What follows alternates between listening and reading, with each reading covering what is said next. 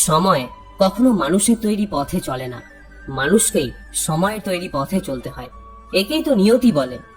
জীবন তখন কঠিন মনে হয় যখন আমরা নিজেকে পরিবর্তন করার পরিবর্তে পরিস্থিতিকে পরিবর্তন করার চেষ্টা করি।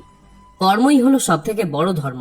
ভগবান শ্রীকৃষ্ণ গীতায় অর্জুনকে উপদেশ দিতে গিয়ে বলেছেন, মনুষ্য কর্ম করার জন্যই পৃথিবীতে জন্ম নেয়, আর কর্ম না করে কেউ ক্ষণকালও থাকতে পারে না। পরিণামের কথা চিন্তা না করে মানুষকে নিজের কর্তব্য পালন করে যাওয়া উচিত। ক্রোধ মানুষকে নরকে টেনে নিয়ে যায়। ক্রোধ করার জন্য মানুষের মন অশান্ত হয়ে পড়ে, আবেগের বশবর্তী হয়ে তখন সে নিজেরই ক্ষতি করে। ভগবান শ্রীকৃষ্ণ বলেন, মনুষ্যকে ক্রোধ এড়িয়ে চলতে হবে। যতই রাগ হোক না কেন, নিজেকে নিয়ন্ত্রণ করার প্রচেষ্টা করতে হবে।